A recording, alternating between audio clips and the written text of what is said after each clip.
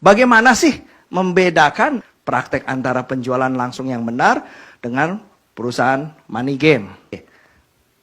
Bagaimana membedakannya? Sebenarnya ada 3 hal untuk bisa membedakan. Yang pertama adalah kita cek dari sumber bonusnya. Kalau direct selling yang benar, sumber bonus dari kegiatan penjualan barang. Terjadinya penjualan, maka ada bonus. Sedangkan kalau money game atau skema piramida, bonus berasal dari kegiatan perekrutan anggota. Jadi uang keanggotaan itu yang dibagi-bagikan. Kemudian yang kedua adalah syarat bonus. Bagaimana sih syarat bonusnya? Kalau direct selling atau MLM yang benar berasal dari barang yang terjual. Jadi syarat bonus kalau mau ada bonus ya harus ada barang yang terjual. Itu syaratnya. Sedangkan kalau money game syarat bonusnya adalah harus ada orang baru yang join. Itu sebagai syarat bonus. Kemudian yang ketiga adalah jika kegiatan recruiting dihentikan, apa yang terjadi dengan bonusnya? Jika kita simulasikan recruiting dihentikan, tidak boleh ada recruiting, kalau MLM yang benar, bonus tetap akan mengalir. Tetapi kalau skema piramida, bonus akan berhenti mengalir. Nah, ada beberapa yang bertanya, binary itu money game atau tidak? Yang sekarang sedang luas dibicarakan. Binary itu money game, binary itu money game. Kembali lagi kita melihat dari sisi ini, kita uji. Jika binary itu aturan mainnya adalah kalau ada satu orang di kiri, satu orang di kanan terjadi bonus, yes itu money game. Jadi aturan mainnya adalah orang. Orang di sini, orang di sini, orang di sini, orang di sini. Ini terjadi bonus, ini terjadi bonus, bagi ini bonus, ini bonus. Itu money game. Karena syaratnya adalah orang yang join. Ini MG. Tetapi binary yang benar, jadi tidak semua binary itu money game. Ya, binary yang benar, balik lagi. Kita lihat dari sumber ini. Jadi tidak penting apakah itu binary atau monoleg. Jadi kalau binary yang benar adalah, di sini ada berapa BV. Kenapa ada BV? Nah biasanya adanya namanya BV atau PV. BV itu loh business value.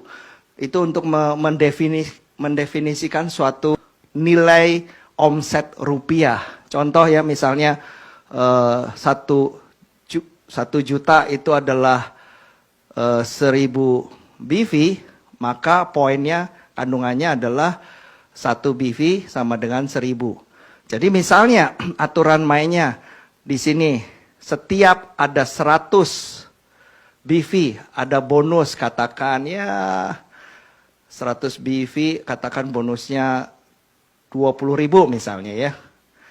Maka misalnya di sini bonusnya 100 BV, 100 BV, maka dia bonusnya adalah 10.000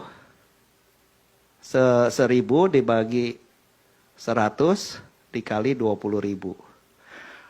Jadi kalau seperti ini tidak penting ada orang atau tidak. Jadi entah orangnya banyak atau orangnya sedikit, yang penting total omsetnya di sini berapa. Misalnya omsetnya di sini 1 juta BV, di sini 200.000 BV, maka terjadi bonus. Maka ini adalah binary yang benar karena syaratnya adalah syarat produk yang terjual.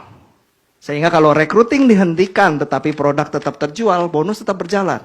Sedangkan kalau ini recruiting dihentikan, bonus otomatis berhenti karena aturan mainnya dari orang yang bergabung. Kalau ini tidak penting orang yang bergabung, tetapi landasan perhitungannya dari omset yang terjadi. Nah, itu yang direct selling yang benar. Oke, kita lanjut ya. Kemudian, apa bedanya dengan antara perusahaan yang benar dengan perusahaan yang abu-abu? Perusahaan yang benar adalah dari seorang customer, member, dia mengeluarkan uang untuk membeli barang, di mana harga dan value-nya itu sama. Sehingga ini terjadi profitnya dibagikan 40%. Sedangkan yang abu-abu sama mengeluarkan uang, tetapi harganya terlalu tinggi sehingga value-nya lebih rendah, dan profitnya tinggi, dan ciri-cirinya adalah bonus lebih dari 40%. Nah, kalau dari masyarakat bagaimana membedakannya? Yang pertama, cek legalitas perusahaannya, valid atau tidak. Ada nggak izinnya, SIUP KBLI 47999 ada nggak? Dan yang terpenting adalah ada lampiran barang. Kalau sudah ada lampiran barang, artinya perusahaan itu sudah memenuhi komitmennya, artinya sudah disetujui oleh Kemendak dan sudah diverifikasi oleh asosiasi, oleh APLI, dan disetujui oleh Kemendak, dan perusahaan itu sah untuk bisa menjalankannya. Cirinya adalah bukan cuma OSS saja, bukan cuma KBLI aja, tetapi minta lampiran produknya. Itu kuncinya, lampiran produknya. Itu menunjukkan bahwa sudah disetujui. Kemudian, apakah ada produknya? Pertanyaan yang kedua. Dan pertanyaan ketiga, apakah menekankan kepada penjualan produk bukan pada peringkat?